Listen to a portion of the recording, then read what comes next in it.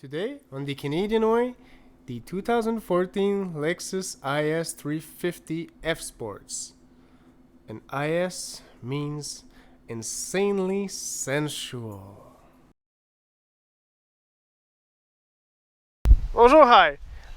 I would like to give a big thanks to Benoit for letting us review his Lexus IS350. The Lexus IS arrived in 1999, and that's the third generation. 2014. This is the Lexus IS350 F-Sports, which in 2014 worth 51 grand, and today's, with a decent mileage, it worth 24 grand. Let's begin the exterior with this particular grille here. Some people like me love it. I hate it. Why? Well, it looks weird. Looks like the front is very long, but the headlights are very far back. Okay, next. These headlamps are made in two pieces. Here we have the DRL lights and the night light here.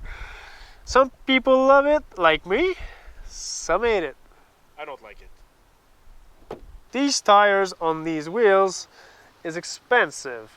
It's about $1,000 to replace. So otherwise, Lexus has made a great design for these wheels. I agree. The rear end of the Lexus enjoyed more people than the front end. And the deck lid is really nice. The build quality of the Lexus and the paint finish of the Lexus is the best in class. Making in the interior with the trunk. Here we have 341 liters of cargo space. It's not too big, it's not too small, but it's not dishwasher approved or Cinepark approved. Sadly, you can't lower the back seat from the trunk. You have to send Charles to do it. Seriously? Yeah.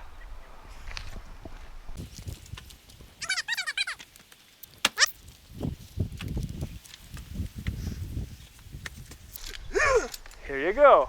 Seating in the back. The door opens pretty wide and it feels really a good quality. Sitting in the back, seats are very comfortable. The front seat is at its maximum backup position. I still have space for my legs. I'm 5'8", but I'm cramped. But let me show you one thing about the front seat right now. Look how far I am from the gas pedal and the brake pedal. This is made for giants. As you can see, I have plenty of room here for my legs, but as you can see, the headroom is pretty tight. Really tight. By the way, ladies, I'm single. So, sitting in the back, there's nothing major to say. The quality of the leather is amazing. I have here a leather pouch. There's our hair vents here. Place here to store some beverage. But a little cons is that we don't have any power outlet here or a USB port so we can charge stuffs. We're waiting for the wind to stop. Please subscribe to our channel, like and share. So, sitting in the front seat, the door opens pretty wide, like in the back. It's definitely super comfortable on the driver's seats. Steering wheel is well placed. Pedals are easy to join. Not to forget that I readjust the seat to my position right now. Although, notice that there's no memory seats in that car. And this is sad at $50,000. The interior of the Lexus, sitting in the driver position, is really comfortable. I noticed that the glove box is so smooth to open and close. It's just orgasmic how smooth it is. The thing I need to mention is the entertainment system is outdated. First, it's not a touchscreen. You need to use a joystick here to select everything in the infotainment, and it's really annoying when you're driving and you need to select something. It's annoying. You have navigation. It's pretty simple to use, but with a joystick, come on Lexus, please change this. Comparing to other manufacturer, every other manufacturer has a touchscreen, easy to use, but this, not for us. Another thing is the climate control that could have been more simple in that button are small. You really need to look at it to see what you're selecting. So there's also the fact that there's a beep noise when you want to set the right temperature.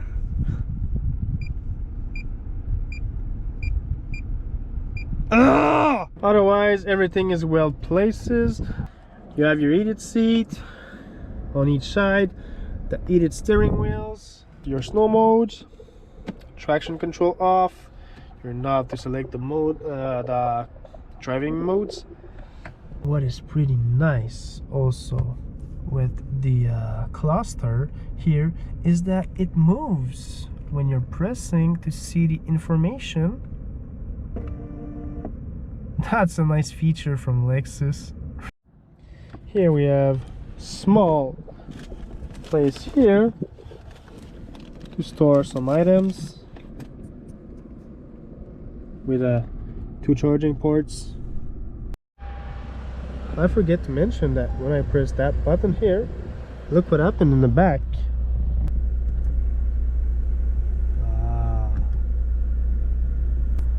That's good for more privacy.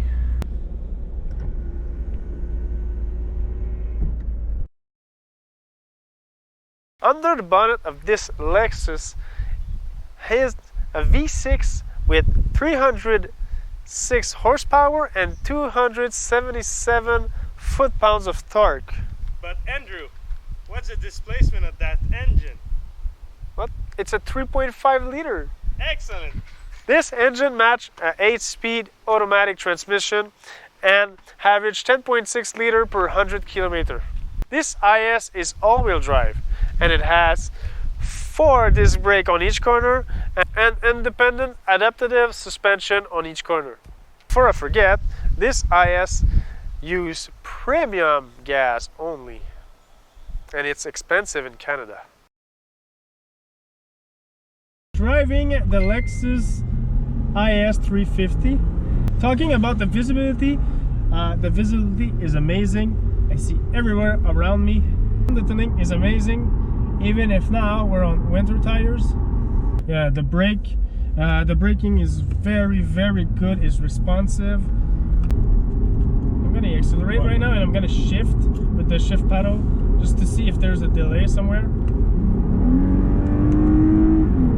And we clearly see that there's a small delay before, but the acceleration are kind of brutal too. The performance are really amazing. The numbers right on papers, they're theirs for sure. It says 0 to 100 kilometers per hour in 5 seconds. It's pretty good. As it have a adaptive suspension, the car is very comfortable in the comfort mode. It's one of the most comfortable of its class. The steering wheel is light and precise, but still completely disconnected. The handling of the car is very stable, has a little bit of body roll, and it feels like a GT car, although it has a lack of feedback. Considering the owner of the car pays 24 grand plus 3 grand for an extended warranty, I would pick this over a brand new 25 grand Civic. To conclude, the IS350 is a great car, has a good handling, is pretty comfortable, best reliability in class, but the center console is definitely not the best. The entertainment system is really bad, so we'll have to discuss about that and come back to you later with a conclusion. So, for the Lexus IS350, we have both decided that we will recommend. Charles, can you please stop playing with my son's tractor? The reason why it was so complicated to determine this is because of the infotainment system and AC system. Because they're so inhuman to use that it really limits the comfort of the car and the useness. Sadly, all these features are pretty crappy. Yeah. And also we can't driver recommend because it doesn't give enough feedback. That's it for the conclusion. The IS350 is a Canadian recommend.